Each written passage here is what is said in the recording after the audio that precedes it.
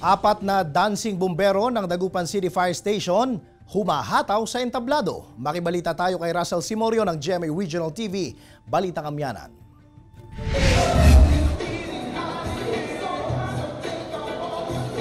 Ang mga bombero, hindi lang daw magaling sa pag-apula sa apoy, may talent rin sa pagsayaw. Kayang-kaya nilang magpakilig sa pamamagitan ng paggiling at pagkembot. Silang binansagang hati dancing bombero ng Dagupan City Fire Station. Sina Fire Officer 2 Samuel Angelo Fetero, Fire Officer 1 Mark Vincent Caliboso, Fire Officer 2 Mark Andrew Gumagay, at si Fire Officer 1 John Rans Lial. Hindi lang para magbigay ng tips about fire, usually nag-entertain din kami. So, isa rin itong way para ma-showcase din namin yung mga talents natin mga bombero. Sila raw ang mga matitikas na bombero na magaling sumayaw, kaya nabuo ang grupo. Ilang araw din nilang pinapractice ang bawat steps bago sumabak sa entablado.